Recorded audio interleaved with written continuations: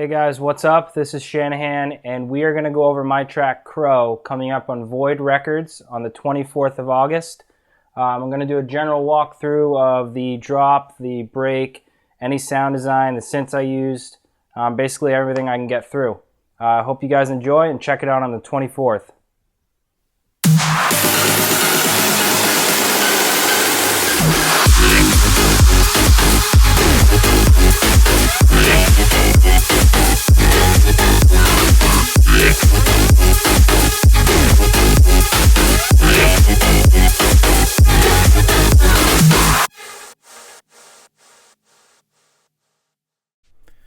Alright guys, so you can see my arrangement here. I'm in Logic 9 still. I love Logic X, but I can't break my workflow in Logic 9. So yeah, you can see I just basically organize things. I group everything as far as effects in a group, my break in a group down here, all my percussions and drums here. And then I put all my main stuff here as far as the bass groove, any of the drop stuff, all that stuff would be up there. And then up here, I just do like a global automation section where I, automate any of my buses, my master channel, anything up there that I'm doing with global BPM changing, all that stuff would be up there. But I just want to go over the basic, basically what I did as far as the drop goes with layering, sound design, the percussions I've used, everything, just to give you an idea of how I made, the track, how it came together as far as mixing and everything. So I'm just going to play build one through the drop just so you can hear it real quick, and then I'll go right over, generally what I did in that section.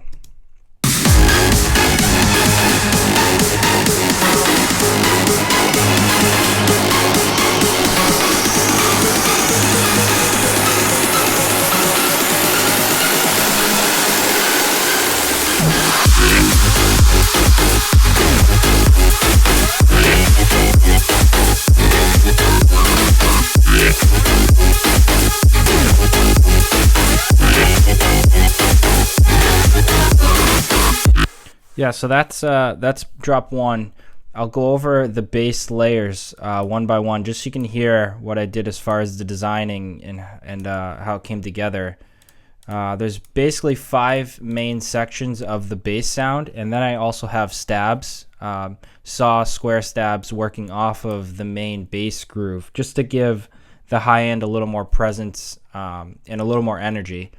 And then down here is sustained, saws that are held out, that are pitch bending and giving more energy to the mix, saw risers. And then I'll go over this after the bass, the main bass groove.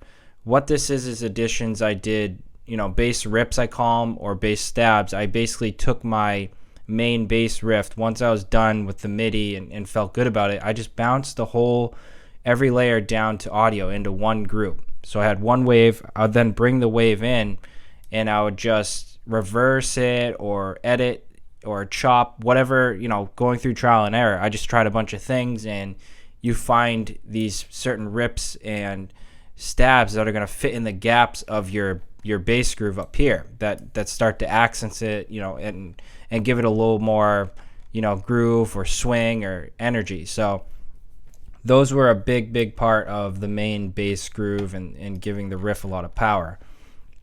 So I'll go through this one here. So that's the main fat layer, but the big part I did off that, I then duplicated that channel and gave it I gave it a wow filter, like a talk box type thing that is pretty common. I gave that same sound, that effect and processing to work off the groove every 2 bars, just so the mix is progressing and you're not getting bored by the bass. There's more going on, and it's changing and evolving in the mix as it's played out. So you can hear that here.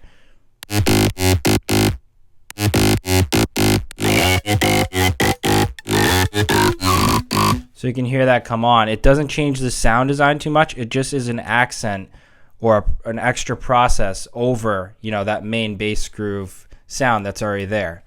And then bass 3.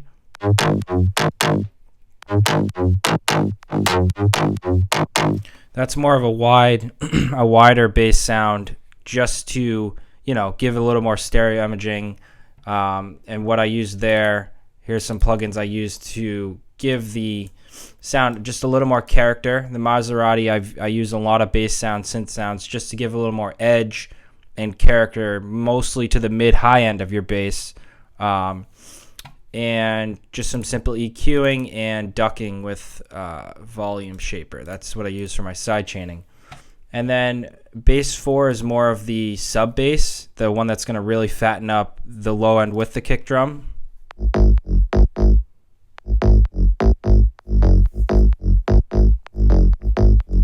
So yeah, that's the really 50-80 hertz thickness in the low end. And then bass 5, I use this as more of like an accent off a couple notes in the bass. It doesn't play all the notes in the bass line.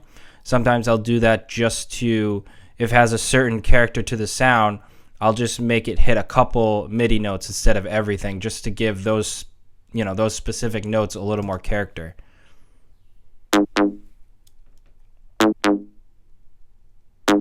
And you can hear it's very subtle. It's nothing crazy, but when you put it all together, it gives those two notes it's hitting just a little more shape, sound, and presence, And this is it all together.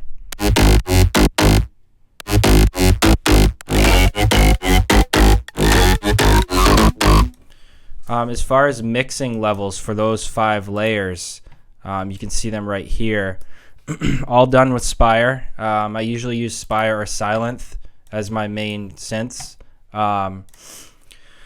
Those, you can see they're all mixed. It all depends on the sound you're going for as far as mixing. I could go on days and days talking about mixing, but really it comes down to trial and error. You just got to keep mixing the 5, 4, whatever layers you have. Take all day if you got to, but it's all trial and error, making them just work together, because obviously each sound is different, so they need a different level and a different spot to sit in the spectrum. So again, just trial and error, and you'll find the mix down. The processing is pretty basic, because I went over the last one. I used Maserati. I used it on most of them. Volume shaper for ducking, and some SPL stuff just to give a little more character to the main bass riff. And then the wow filter thing on the wow filter plug on this one I said earlier. And that's basically it for the main bass sound. I'll go down to the saws, the stabs down here that give a little more energy and a little bit more to the 500 and up hertz. Just gives a little more body and presence.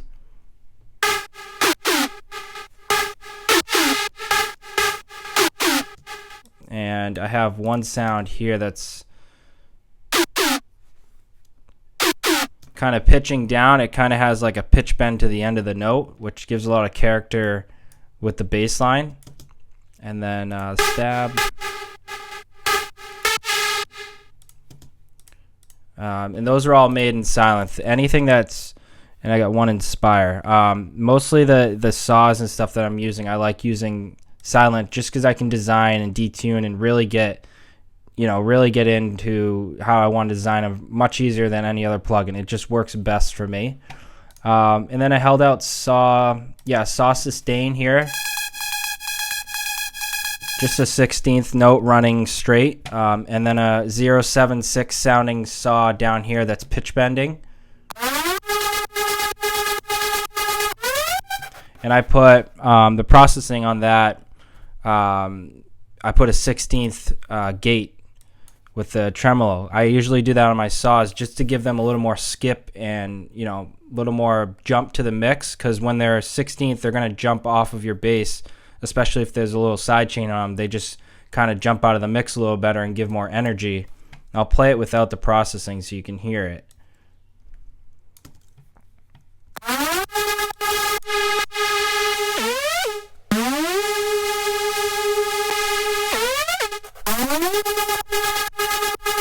So you can hear a huge difference.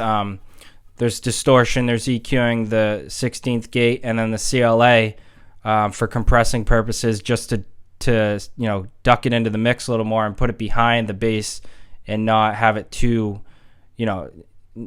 abrupt. You know what I mean? So I just put that compressor on there to push it down a little bit, and then the Maserati to give a little more character to the high end. And that's mostly it for that sound, though.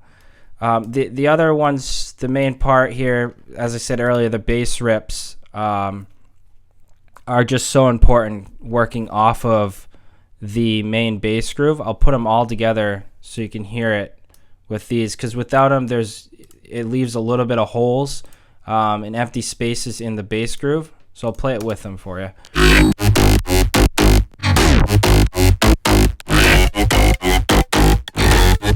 So you can hear the little hits in the beginning.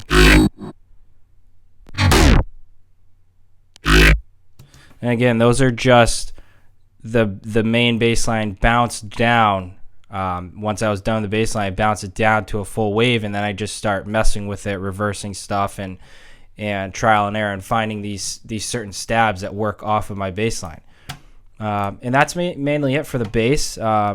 Again, Spire, Silent were my main synths for everything here. But yeah, in a nutshell, that's really it. Not too heavy on processing, but to the point. I did what I needed to do just to get across the fatness and thickness of the bass line that I needed. And this all here is the processing I did for the bass line, the stabs, the risers, and all that stuff there. Just to quickly go through my percussion on the drop, you can hear my kick drum here.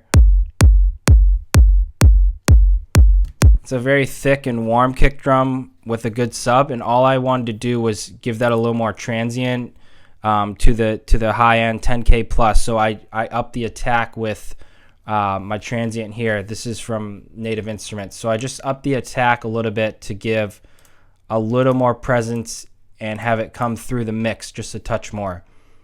And then just below, rides, claps, hi-hats. And the main thing I'm doing with my rides, they're bounced down, but I duck my rides as far as a side chain. I make them come through and duck a little bit from the 4/4, because if they're just sitting dry on the kick, sometimes it gets a little too much, and you can actually start mudding up the low end. So I try to duck the rides if I can. You can hear that one. You can hear how that's kind of ducking and side chaining off the 4/4.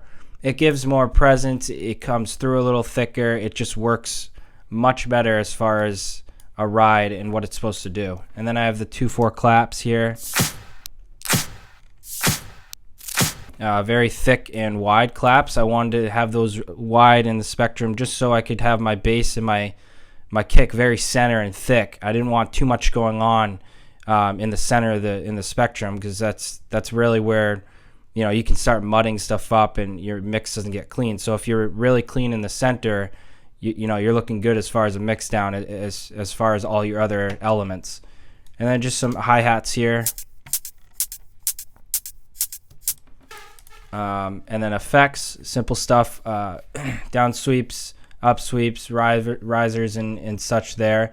I didn't want to go too heavy with effects on the drop, because again, I had those bass rips up here that were really accenting a lot of the holes or empty spaces I had in my mix from the main bass.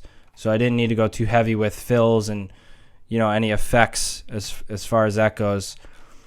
So that's it for the bass, the main drop. Mainly, only thing I did later in the song was just a variation of the MIDI notes towards the final drop. I did like an 8-bar build up into like my last 16 bars of the drop, just to really kick the song into gear just before the outro. So you'll be able to hear the notes change subtly just a little bit here in the last drop.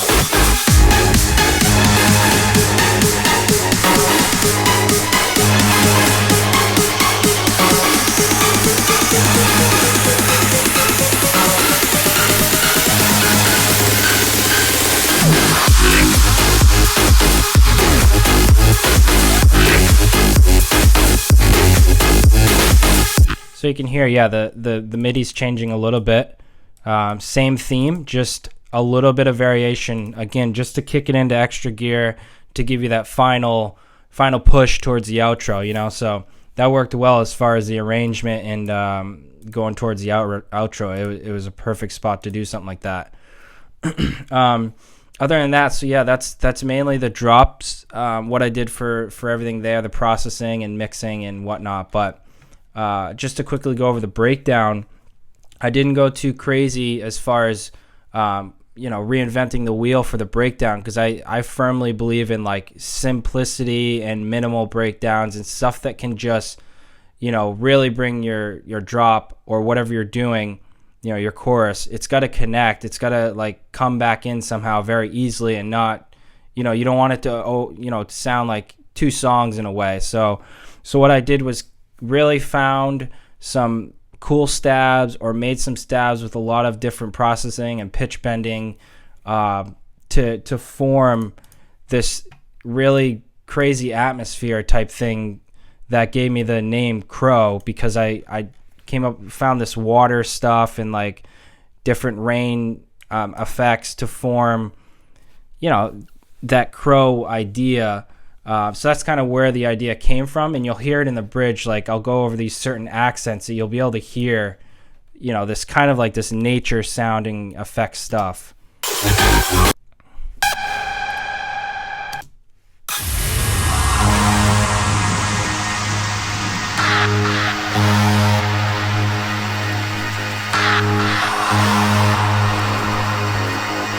So you can hear the certain effects here hitting. Let me play them.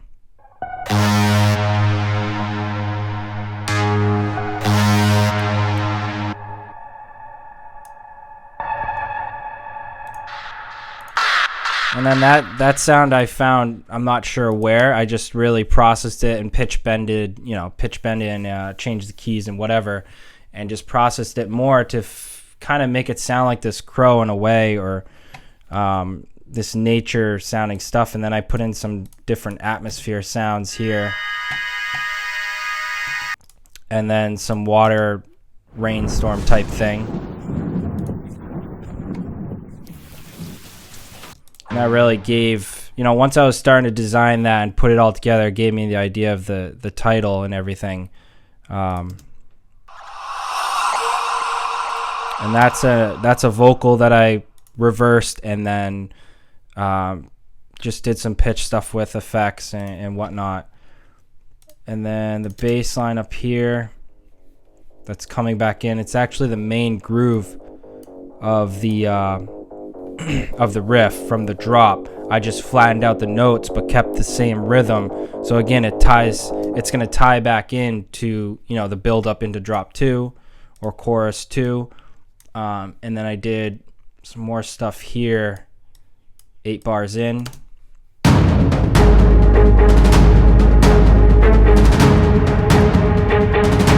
can hear some of these strings, the strings and drums I made from Contact.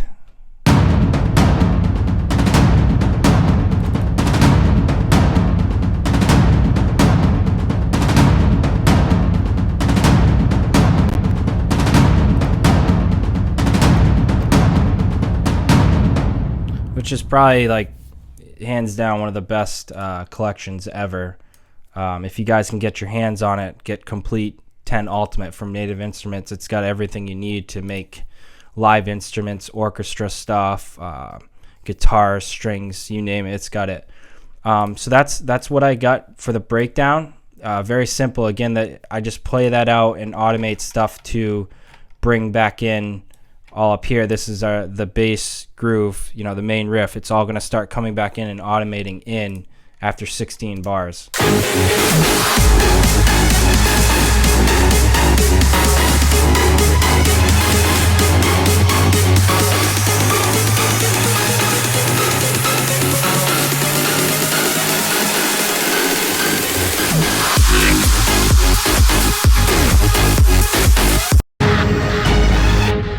So yeah, that's mostly it for the break, and then the main bass groove is going to start building back in for 16 bars here, into drop 2, chorus 2, into that final break build up into the final drop. So it's a different arrangement, but it just worked for me as far as how I wanted the song to have the theme and how I wanted to just build up, keep going, break down, build up, keep going. That style is what I wanted.